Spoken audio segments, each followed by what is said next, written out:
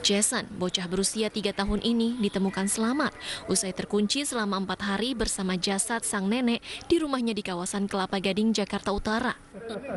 Saat dievakuasi, ia dalam kondisi tidak berpakaian dan kotor. Sementara jasad neneknya mulai membusuk. Jason pertama kali ditemukan tetangganya yang curiga dengan bau tidak sedap dan suara tangisan di dalam rumah. Polisi kemudian mengevakuasi jasad nenek berusia 68 tahun ini. Diperkirakan sang nenek sudah meninggal dunia selama 4 hari akibat penyakit TBC. Setelah kami lakukan pendobrakan, di situ kami menemukan pemilik rumah dalam sudah keadaan tidak bernyawa, bersama dengan cucunya berumur 3 tahun dalam keadaan telanjang, dan sudah kami evakuasi ke puskesmas untuk dalam menerima perawatan. Usai diperiksa petugas puskesmas, Jason dinyatakan sehat. Ia langsung diberi makan dan minum susu. Kemudian Jason dijemput bibinya untuk dirawat. Kedua orang tua Jason telah meninggal dunia beberapa bulan lalu. Jason pun dirawat neneknya yang kini juga pergi meninggalkannya.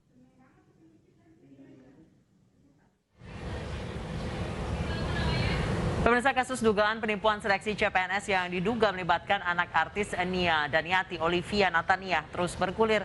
Polisi memeriksa satu pelapor yang justru dituding Olivia sebagai koordinator penipuan seleksi CPNS.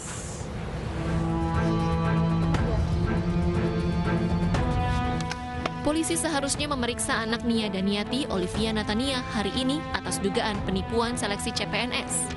Tapi Olivia tidak hadir. Pemeriksaan tetap berlanjut kepada 6 pelapor. Salah satunya bernama Agustin yang justru Olivia menganggapnya berada di balik kasus penipuan. Itu karangan bebas ya, Poli. Ya, terserah dia mau bela diri. Kita buktikan saja nanti karena kita semua punya bukti. Di MOU itu jelas tertera kwitansi tanda tangan Olivia. Olivia menampik tuduhan. Bahkan ia menganggap Agustin yang melaporkannya bukan korban, melainkan pihak yang merekrut para peserta. Di sini saya mau jelaskan bahwa Ibu Agustin ini sebenarnya bukan korban, melainkan dia yang merekrut orang-orang tersebut. Karena saya tidak pernah bertemu langsung dengan orang-orang yang dia sebutkan. Begitu. Yang 225 itu? Para korban sempat mendatangi kediaman artis Nia Daniati meminta pertanggungjawaban perbuatan anaknya. Kasus penipuan seleksi CPNS yang diduga melibatkan anak Nia Daniati ini dibalut les atau pelatihan. Penyelenggara mengaku bisa membuat peserta lolos seleksi penerima PNS tanpa tes melalui jalur prestasi. Satu peserta dikenakan biaya 25 hingga 30 juta rupiah. Disebut-sebut total peserta 225 orang dengan uang masuk hampir 10 miliar rupiah.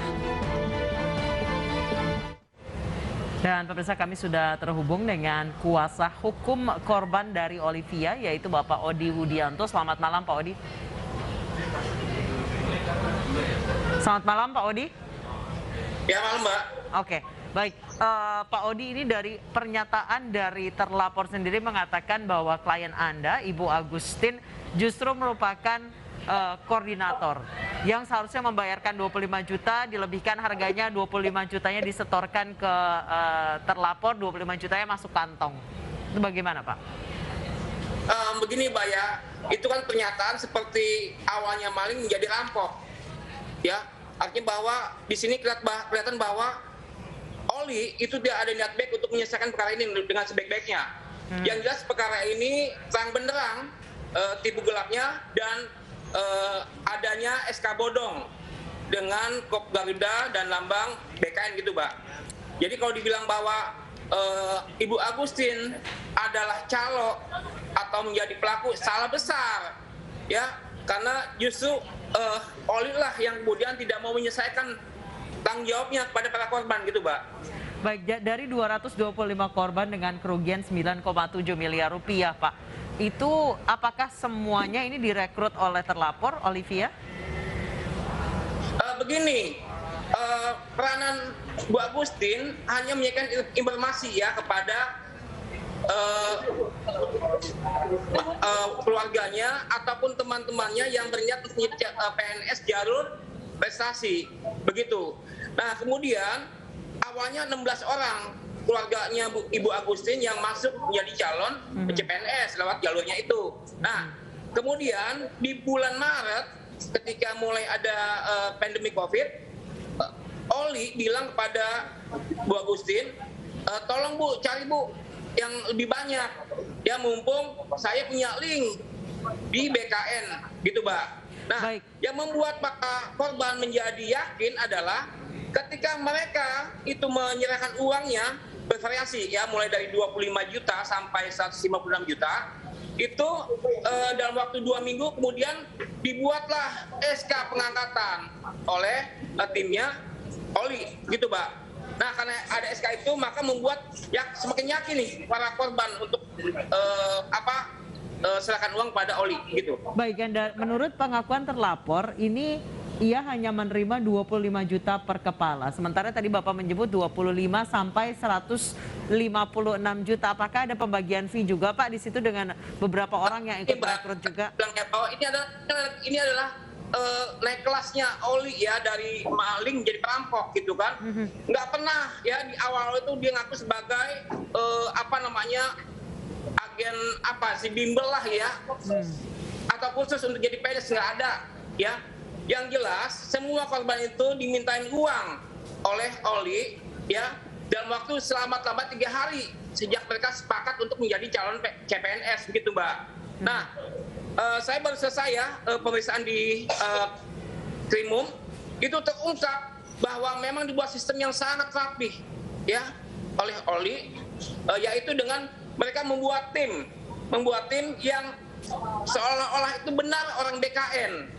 Jadi para korban itu kemudian diarahkan untuk kumpul di BKN dengan cara adalah satu wawancara pertama, kemudian masing-masing korban itu diminta untuk menunjukkan prestasinya. Contohnya, kalau dia prestasi nyanyi, maka disuruh nyanyi dia di Gedung Bidakara. Kalau dia punya kemampuan untuk bela diri, ya bersilatlah kan gitu. Nah, itu jelas sekali bahwa metode yang dipakai oleh Oli itu adalah yang dianggap sebagai jalur CPNS jalur prestasi, berbeda dengan jalur biasa gitu Pak. Baik, jadi layaknya audisi gitu Pak? Suruh menyanyi, disuruh menampilkan bela diri gitu Pak? Betul, karena memang itu sesuai dengan prestasinya. Kalau memang dia punya prestasi bidang nyanyi, suruh nyanyi. Bidang drama, ya bergaya lah sebagai artis, atau misalkan prestasi silat. Coba silatnya gimana? Begitu. Nah, yang aneh adalah ketika para korban diminta datang ke Bidakara, mereka diminta untuk tidak melakukan pengambilan gambar atau suara. Nah, pernah ada satu korban itu terlihat HP-nya hidup. Langsung tegur. Kalau kamu mau ikut atau jadi CPNS, matiin tuh HP-nya. Nah, itu kayak gitu tuh. Ya, kelihatan bahwa memang udah diprotek ya, bahwa nggak boleh sampai keluar. Begitu, Mbak. Nah, kemudian setelah adanya dapat SK pada hari yang sama, kemudian baru terungkap nih hari ini ya, bahwa para korban itu awalnya akan dilantik ya oleh pejabat BKN ya setelah dapat SK. Namun kemudian para korban itu diminta oleh Oli pelantikannya melalui virtual, Mbak. Dibatasi jumlah 100. Nah, yang lucu adalah para korban itu diminta untuk membeli baju seperti Polri. Ini kan ajaib ya. Belum jadi belum dilantik, belum terima baju, tapi suruh cari baju Polri. Gitu, Mbak. Nah, kemudian pelantikan virtual itu nggak lama, maksimalnya 3 menit atau 5 menit gitu ya. Yaitu ada tayangan. Ini yang menarik ya. Tayangan dimunculkan seolah-olah betul di situ ada video Anies Baswedan sedang melantik, kemudian suara di di Zoom itu nggak jelas, Pak, gitu ya, sehingga sempat si korban itu nggak bisa mendengar lagi apa sebenarnya yang diomongin Anies Baswedan gitu kan. Nah, diduga bahwa itu adalah video yang dipotong ya atau diambil oleh Oli itu untuk meyakinkan para korban bahwa mereka betul adalah CPNS yang sudah dilantik gitu secara resmi. Nah, kemudian setelah ada pelantikan, para korban diberikan nota dinas, yaitu melapor kepada BKD setempat. Misalkan dia ditempatkan di DKI, maka dilaporkan ke balai kota. Nah, waktu itu teman-teman korban langsung datang ada ke BKD DKI. Waktu itu kondisinya sedang lockdown ya, PPKM, sehingga tidak sempat diterima oleh orang yang ada di BKD DKI itu, Pak. Baik. Pemirsa, kami sudah mencoba juga menghubungi pihak dari Olivia Natania, namun hingga saat ini pihak dari Olivia Natania maupun kuasa hukumnya belum ada yang merespon telepon ataupun pesan singkat dari kami. Baik, saya lanjutkan dialog dengan Pak Odi Hudianto. Pak Odi, disebutkan bahwa ada bukti tadi pada saat konferensi pers yang dilakukan oleh Olivia bersama kuasa hukumnya menunjukkan bukti transferan kepada klien Anda dengan jumlah hampir 200 juta rupiah, Pak. Begini, kan saya bilang kan, ini kan Oli mau naik kelas ini ya, dari mulai jadi perampok. Uang itu adalah uang pengembalian kepada para korban yang diminta oleh Ibu Agustin dan Pak Karnu. Contohnya, Pak Karnu membawa orang, jumlahnya hampir 50 orang, nilainya adalah 2 miliar. Namun kemudian uang yang dibalikin oleh si Oli kepada Pak Karnu cuma 35 juta. Demikian juga yang dilakukan kepada Ibu Agustin. Jumlah yang dibawa Bu Agustin itu adalah 16 orang. Nah, yang dibalikin oleh Oli kepada Agustin itu nggak sampai 50, Pak.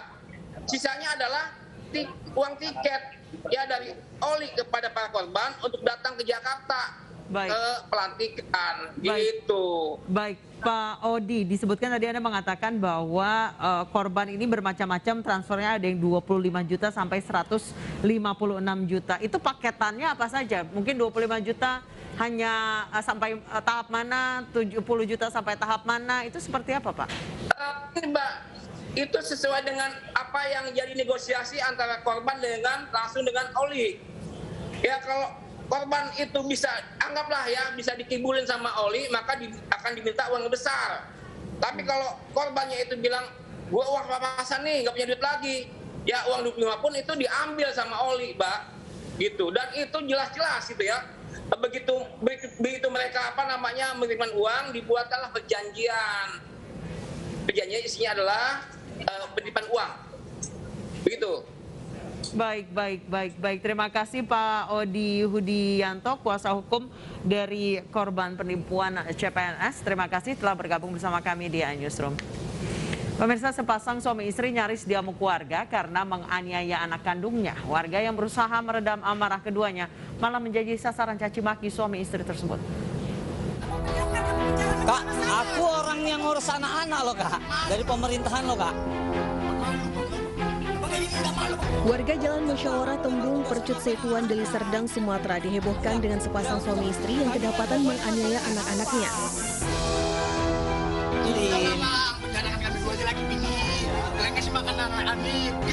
Warga yang tidak tahan melihat aksi keduanya berusaha melerai dan meredam amarah kedua orang tua tersebut, namun malah mendapatkan cacian. Menurut warga, sepasang suami istri ini tega menganiaya anaknya lantaran tidak mau disuruh membersihkan rumah. Bahkan warga sekitar sering melihat anak-anak pasangan tersebut disuruh mengemis di jalanan. Dengan wajah lebam dan memar di beberapa bagian tubuh, salah seorang anak dari pasangan ini menangis di sudut kamarnya. Pertama yang si kembar yang pakai baju batik, baju sekolah. Oke. Nah, itu kepalanya ditunjang bapaknya. Oh, langsung ditunjang bapaknya? Iya. Oh, sampai ke bantal, Mbak ya? Terus yang kedua, yang paling besarnya namanya si Hasmin kok nggak salah. Yasmin bukan ya? Hasmin. Hasmin, oke. Dikejar-kejar mamanya. Lari sampai ke depan sana, dapat dijambak-jambak, ditarik. Meski tidak melaporkan kasus ini ke pihak berwajib, namun warga sekitar berharap pemerintah dapat memberikan pemahaman dan membantu keluarga ini agar terhindar dari hal-hal yang tidak diinginkan. Ratusan warga di Tuban, Jawa Timur melakukan aksi unjuk rasa dan penyegelan di Balai Desa. Warga menolak wilayahnya dipimpin kepala dusun yang pernah digerebek karena ketahuan selingkuh.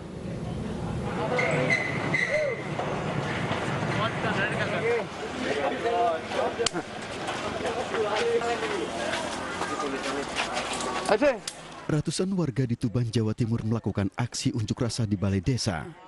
Warga melakukan penyegelan sebagai bentuk protes menolak pimpinan kepala dusun mereka yang terbukti melakukan perselingkuhan. Karena ada perangkat salah satu yang perilakunya kurang baik dan tidak bisa dicontoh untuk masyarakat. Karena apa? Karena sudah meresahkan masyarakat. Tuntutannya mohon dilepas dan tidak menjabat jadi kasus. Pada bulan Januari lalu, aksi selamat kepala dusun Kenti, Desa Talang Kembar, Kecamatan Montong, Kabupaten Tuban, sempat menghebohkan warga. Aksi perselingkuhan tersebut kemudian membuat kepala desa Talang Kembar memecat Slamet. Namun Slamet tidak terima dirinya dipecat, kemudian mengajukan gugatan ke PT UN Surabaya, Jawa Timur agar kepala desa mencabut SK pemecatan terhadap dirinya. Warga pun juga punya hak untuk mengeluarkan aspirasi beliau. Ya.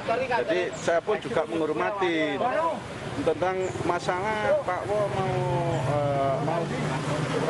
aktif ke kantor lagi. Itu karena ada penetapan hukum dari PT UN Surabaya. Tapi apa boleh bulat kalau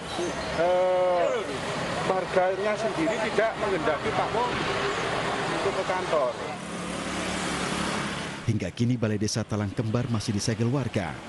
Negosiasi antara warga dengan kepala desa tak membuahkan hasil karena warga tetap bersikukuh untuk menutup pintu Balai Desa agar Slamet tidak bisa masuk ke kantor Balai Desa. Pemirsa, seorang pria melaporkan penculikan bayi yang ternyata merupakan cerita karangan istrinya. Kami akan kembali dengan informasi selengkapnya usai jeda.